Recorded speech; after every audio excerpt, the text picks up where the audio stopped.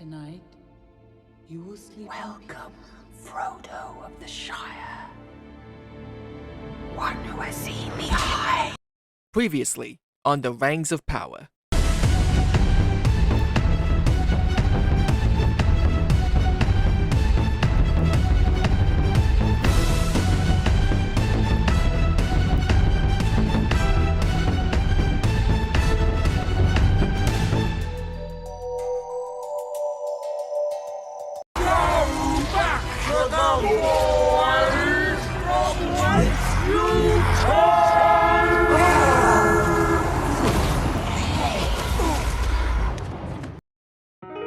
So, we're officially at the halfway point of the Rings of Power's first season. The collective runtime of these 4 episodes is longer than the extended edition of Fellowship of the Ring, and yet, across all this time listening to these characters bicker at one another, hovering around all these exotic and obviously green-screened locations, and all the mystery surrounding what Sauron is up to, I can't find a single thing to get invested in.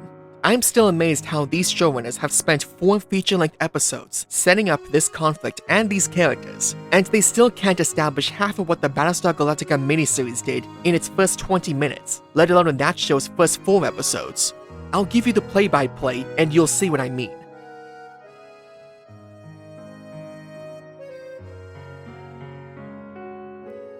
We start off watching Tamriel perform a ceremony she's clearly done many times before, but still feels the need to explain everything she's doing because, once again, the writers don't trust the audience to figure things out for themselves.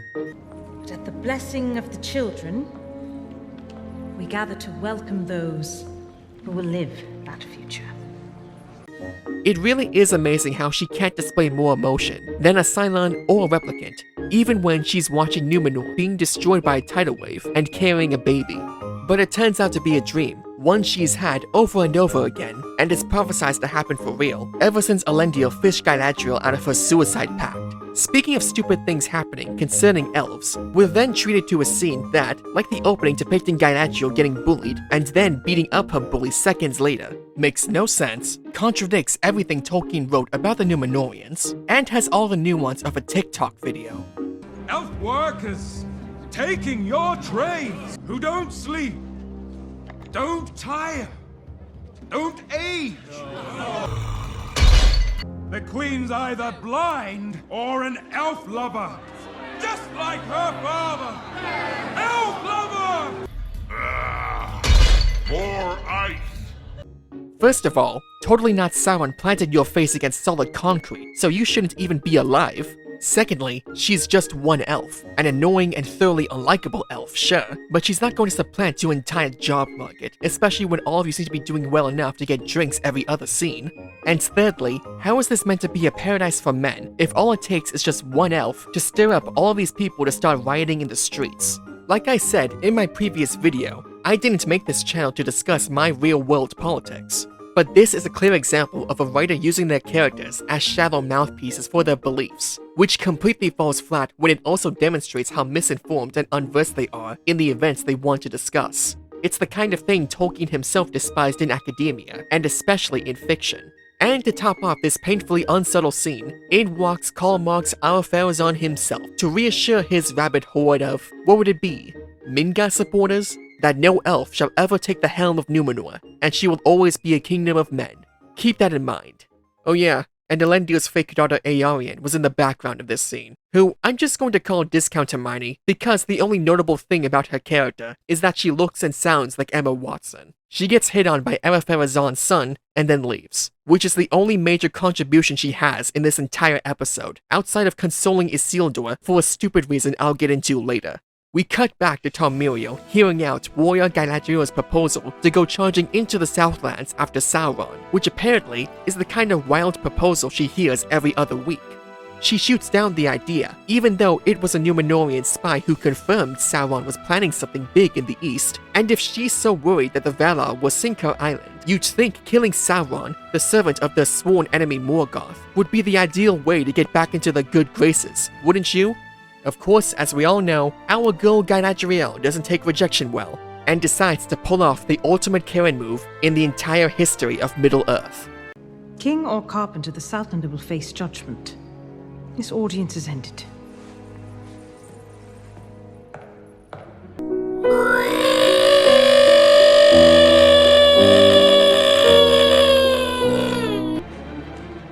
Then I have little choice but to ask for another. One with Numenor's true ruler. Your father, the king. Who the fuck you think you are, bitch? You know, it's kind of comforting, knowing that no matter how bad this show gets, you can always count on Galadriel being an obnoxious, sociopathic idiot in every scene. Oh, but brace yourselves, folks, because we're about to witness another valiant attempt by the writers to emulate Tolkien's poetic dialogue. Lady Galadriel, that is quite And with enough. what authority do you speak, elf? That of your people? Or are you a castaway, grasping for a handhold in a tempest? There is a tempest in me. It swept me to this island for a reason. And it will not be quelled by you, Regent.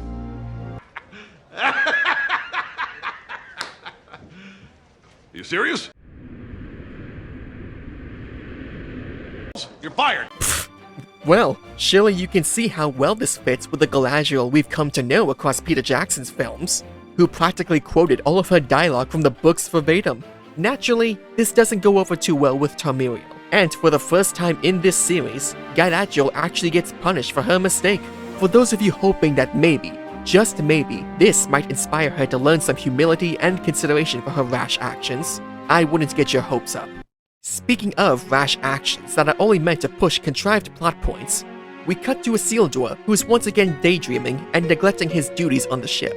The last episode established he has this abnormal fixation with what lies in the west, which is why he wants to leave the Sea Guard, which never gets explained in that episode, and this one doesn't bother to either. Anyway, he decides to let go of the ropes, so he'll get kicked out, but then his captain decides, you know what, you and your two friends are dismissed, even though they did absolutely nothing wrong, and you took full responsibility for the screw-up. It's all to justify a forced scene of drama, where they accuse Isildur of being pampered by his dad, and complain that they had to work hard to earn their position. I'll just say this now, this only happened so the three of them can join Numenor's army to fight alongside Galadriel, who convinced them to put aside their Minga beliefs and destroy Sauron. All of Isildur's scenes in this episode are completely pointless, and only exist to generate cheap drama, with discount Hermione later on. The more you watch Rings of Power, the more you come to realize its characters only have three types of conversations with each other: boring expository dumps, usually of the blatantly obvious, flat banter that only gives the barest insight into who they are as people, and often consists entirely of generic cliché dialogue, or petty arguments that give the illusion the characters are hashing out their problems with each other, but mostly exist just to push contrived plot points, and often get resolved shortly afterward, with the characters going right back to being bland and unlikable. As you'll soon see, this episode almost consists entirely of these types of conversations. We finally cut back to the gripping cliffhanger episode 3 left us on, and get to see Adar in all his burn victim glory. To be fair, he's the only elf next to Shil-Galad who actually looks like a real elf, but the writers still made him an unremarkable and often confusing character. He starts off mercy killing one of the orcs who survived Arondir's rampage from the last episode, and looks like he's about to cry as he does it. Pro tip for the writers, it's not the best idea to try to make your villain sympathetic and evil in the same scene, especially over a race of creatures that take pleasure in murdering and eating people. Could you show he cares for the orcs? Sure, but there are better ways to do it that doesn't diminish his intimidation factor right out of the gate. Maybe he could reward the ones who captured Arondir alive, or have one of his underlings do the mercy killing, while he oversees it with a more subdued reaction, similar to how Cain reacts when he orders his sons to throw Raziel into the abyss at the beginning of Soul Reaver. I'm just saying, there are better ways to portray a complex villain than to have him nearly cry over the death of one of his nameless shock troopers. I have pursued you here for one purpose. You will pay for your betrayal, and balance will thus be restored to Nosgoth. And whose will is satisfied then? The will of Raziel or Mobius? Would I be better manipulated by you, Cain? Now, turn and face me. The chase is over. This isn't a chase, Raziel. We are merely passengers on the wheel of destiny, describing a perfect circle to this point. We've been brought here for a reason. I've seen the beginning and the end of our story, however, and the tale is crude and ill-conceived. We must rewrite the ending of it. You and I. What makes you exempt, Cain? You're merely the last man standing. Why condemn me for simply carrying out what you hadn't the courage to do yourself. Let's drop the moral posturing, shall we? We both know there's no altruism in this pursuit. Your reckless indignation led you here. I counted on it. There's no shame in it, Raziel. Revenge is motivation enough. At least it's honest. Hate me, but do it honestly.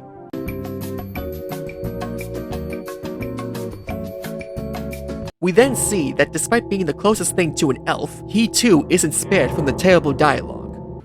You have been told many lies.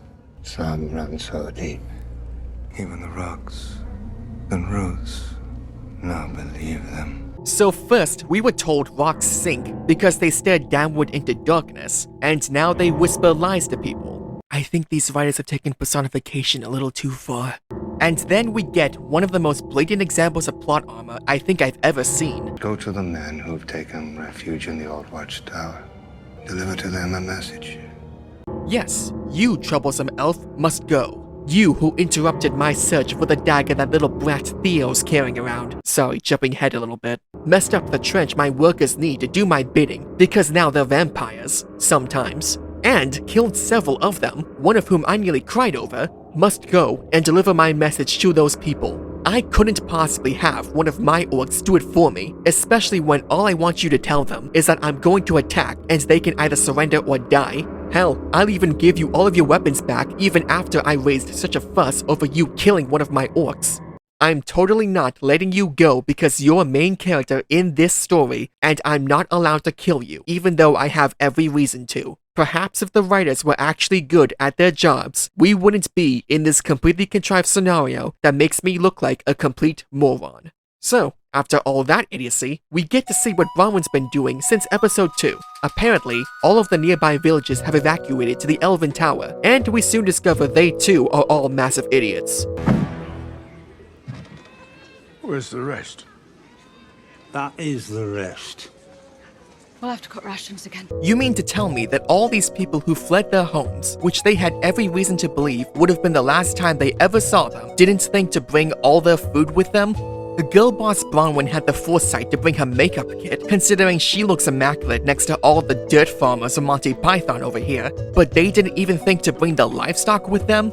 I guess when she told the townspeople to gather all their things and make for the tower at first light, they took that to mean, I'm sure we can all live on just 5 potatoes while the orcs ravage our lands. Frankly, Adar doesn't need to do anything, because these people are going to kill themselves out of their own stupidity, especially when their only plan is to scour the barren hills for any rabbits to feed all of them, which is still going to end with all of them dying of starvation, because that can happen when you just eat rabbit meat. It's all just an excuse for Theo to get pissy at his mom, so he and his useless friend can go back to the village alone, for, you guessed it, another contrived plot point to happen.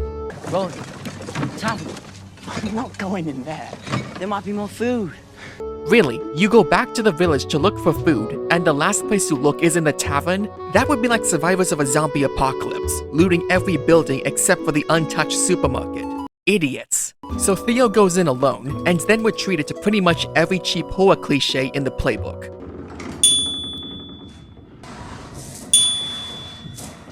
Roland?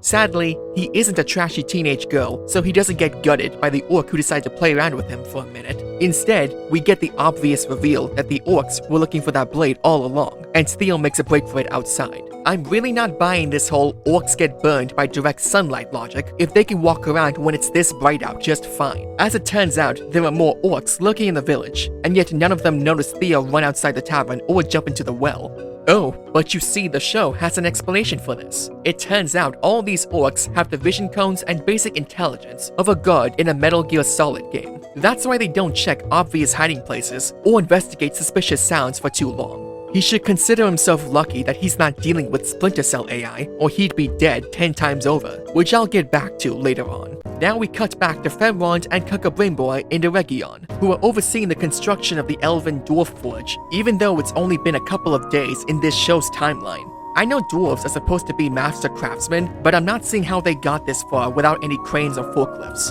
We then get a strange scene where Kakabimbo is reminiscing about Femron resembling his father, but it comes across more as awkward flirting. Nothing, just for a moment standing there, you were the very image of your father. Do you know, I remember once he said to me, one day my future would be in his son's hands. You know, I'd forgotten that until this moment. Man, what I would give so we could have this Celebrimbor again. And this Sauron. And this Galadriel while I'm at it. Hell, Shadow of Mordor looks like a masterpiece next to Rings of Power. And that game had Super Saiyan Aragorn and forged a new Ring of Power. Anyway, this is just a forced bit of exposition that's meant to tie into the overarching conflict with the dwarves this episode, since Celebrimbor believes they're hiding something from them, which we all know is just Mithril. Femron decides to investigate, and he fast travels to Khazad-dûm in no time flat. Seriously, these cities are meant to be miles apart, and yet he gets there like he just walked down the street. He asks Disa where Durin is, and she tells him he went down to the deep mines, and won't be back for days. Femron then decides to add this to the pile of cringeworthy lines this episode already is stacked with. You know, Disa, there is no secret worth concealing with deception. Calling a dwarf dishonest in her own home? It's a recipe for strong gravy. I've read Dr. Seuss books that had more nuanced lines than this. Femron decides to accept the lie and lets her go off to Durin, who he overhears talking about the secret mine the dwarves have been working on from afar. I'll give props to Femron for finally doing something smart, but this plan only worked because Durin was stupid enough to talk about their secret project out in the open. Honestly, I'm pretty sure he would have been able to overhear the echo alone, considering how spacious Moria was portrayed in the past. Many that live deserve death, and some that die deserve life. Can you give it to them, Frodo? You guys have no idea how much I need these Lord of the Rings clips in between all this trash. So Femron goes down there and uses the secret code phrase the children were singing to each other during his scene with Disa. Again, this is also pretty contrived, but I've gotten used to it at this point. Durin catches him and accuses him of being an elven spy, but Femron assures him he's only concerned for his best interests as his friend, despite the fact the main reason he came here was to confirm Celebribbor's suspicions. You know, the more I think about it, Femron really is a terrible and manipulative friend.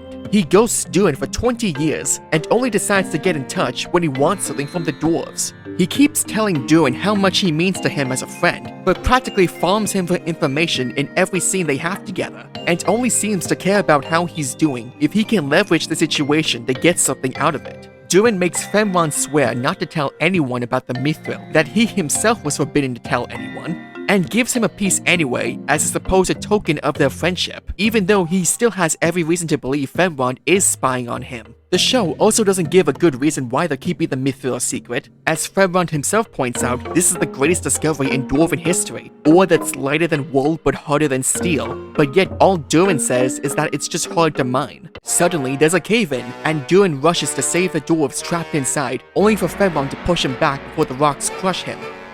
Alright, so we're finally getting an action scene with characters we're somewhat invested in, well, Durin at least, and could show the building friendship between Femron and the dwarves. We've already seen great action scenes in Moria before, so surely this could be something interesting, right?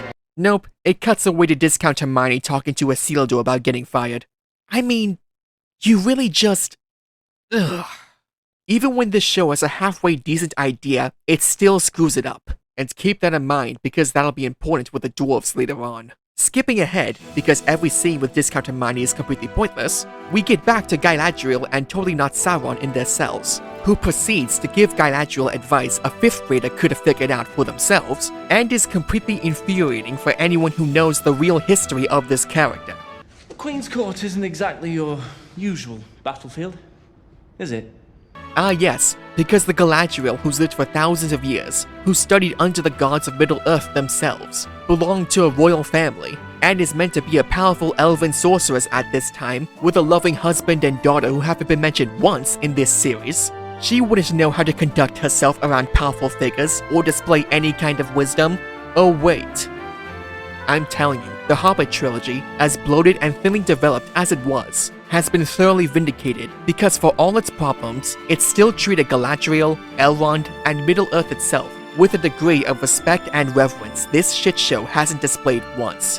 But enough of that half-assed character development, since we all know Galadriel's gonna be the same obnoxious sociopath she always is, because the Númenórean soldiers have arrived to take Galadriel back to her people. And so begins Rings of Power's attempt to make a fight scene more embarrassing than Tala slapping a stormtrooper to death in Kenobi. I wouldn't advise that. I can't very well let her leave. Look at that smirk. Breathe it in, because I'm willing to bet that's the same look the showrunners had when they made this terrible scene, blissfully unaware how embarrassing and stupid everything they've done to this point is. Galadriel parkours her way up to the tower Tamriel's father is, content on nagging him until he gives her what she wants. It turns out Tamriel was waiting for her because she somehow predicted that she would immediately come here after escaping, and reveals that her father is deathly ill.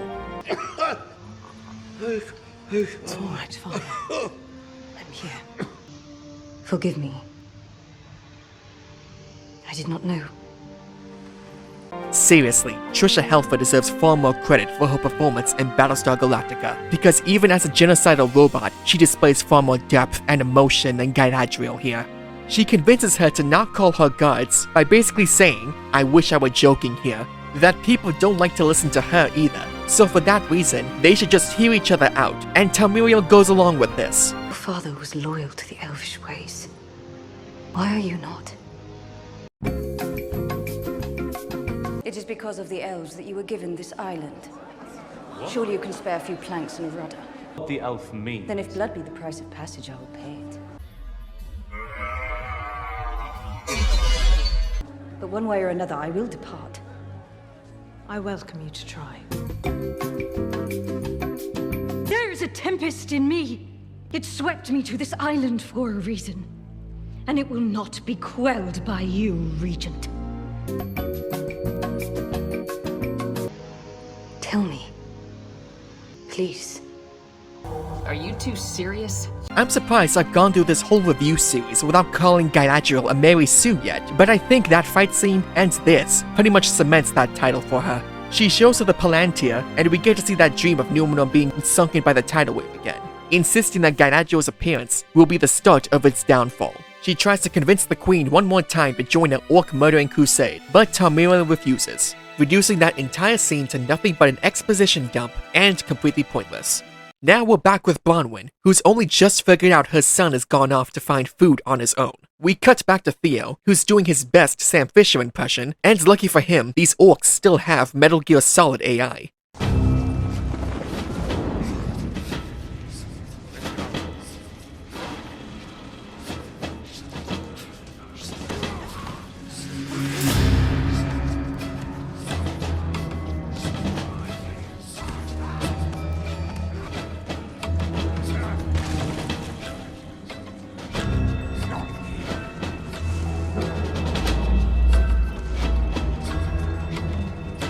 Arondir saves him because he doesn't check his corners properly, and then we get one of the most boring, unnecessarily somber action scenes I think I've ever seen. The orcs are chasing and shooting them through the woods, which I guess means they didn't get Adar's orders to not kill Arondir, and throughout all of this, a somber choir is playing in the background, even though this is meant to be an intense chase scene, and none of it benefits from being slowed down at all.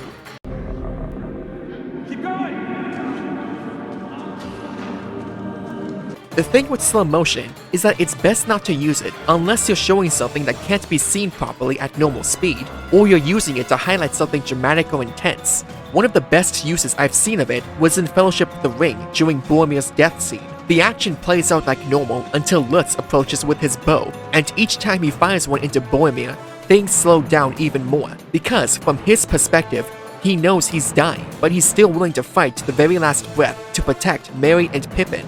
It gives weight to every action he takes to prolong the inevitable, and coupled with the music, everyone's great performances, the gritty special effects, and everything that's happened across the narrative that led up to this point is what made it such an impactful scene. But here, we're just watching two characters who I can best describe as annoying kid and elf who loves a human, run through the woods, trip occasionally, catch an arrow and fire it back, which really isn't as impressive as the trailer made it out to be, and that's it. There's no tension here, especially when Bronwyn shows up out of nowhere and guides them to a clearing. The sun doesn't look any brighter here than it did back in the town, so I'm not seeing why the orcs still aren't chasing after them, or at least not firing more arrows. Whatever, it's all just a cheap plot device so Adar knows for a fact that what he's looking for is at the tower. And Arondir just delivers his generic message, capping off his storyline in this episode. Oh yeah, and the creepy old guy tells Theo Sauron's going to come, and that's it for him too. We cut to Disa singing to the rocks to let the trapped dwarves go, but it turns out they all got out safely off-screen. Durin's mad that his father has stopped all mining from Mithril, which would have been nice to see if you really want to build this dynamic between the two of them. And Femron tells him an anecdote about his father to encourage Durin to forgive his, because if you couldn't tell from the blatant foreshadowing Celebrimbor made, this episode's conflict that wasn't really established between Durin and his father at all is about not taking their family for granted. The worst part about it is that at the end, we actually get a decent scene between the two Durins, reconciling their differences. Can you not even look at me? When a new dwarf king is crowned, the voices of all his forebears flow into him. You need not wait for that day to hear my voice. Forever am I with you, my son. In isolation, this scene is fine, good even, but it means nothing because this wasn't justified in the narrative at all. Not once did Durin mention anything about receiving blowback from his father about mining too deeply, and it has no impact because all the dwarves got out just fine, so Durin learned nothing and has nothing to apologize for. They always screw up anything with even the smallest bit of potential. This scene's only purpose is for Durin to go back with Femron to see Celebrimbor, because apparently they haven't met each other for this big construction project that was his idea in the first place. So, to wrap up this episode, Galadriel is about to be sent away from Numenor, but then Tamriel sees a bunch of petals from the white tree blow past her and realizes, oh no, the Valar don't want this, and decides to rally all of Numenor behind her blind crusade against Sauron. Keep in mind, these people were all rioting in the streets over Galadriel simply being there, but now a good number of them are willing to volunteer to follow her to war just like that. So yeah, Isildur and his friends volunteer as well, rendering all that drama they had earlier completely pointless, and it'll create a huge plot hole in the next episode, just you wait, and that's where it ends. So what's been accomplished so far? Well, a bunch of characters talk to each other, but nothing they're saying has developed their personalities or motivations beyond what was first established about them. Galadriel is leading Numenor to war against an enemy who hasn't done anything to further their plans for centuries. Femron is stuck in a soap opera that did have one good scene towards the end, but it was surrounded by pointless filler that didn't develop anything, and the Hobbit's storyline is so detached from all of this that I barely noticed they weren't even in this episode at all. Overall, I'd give this episode a 2.5 out of 10, slightly above Batwoman levels because of that one scene between the two Durins. However, it's never a good sign for any show's first season to be as dragged out, repetitive, and painful to get through as a later season of The Walking Dead or Lost. But hey, I guess you get what you pay for, right, Bezos?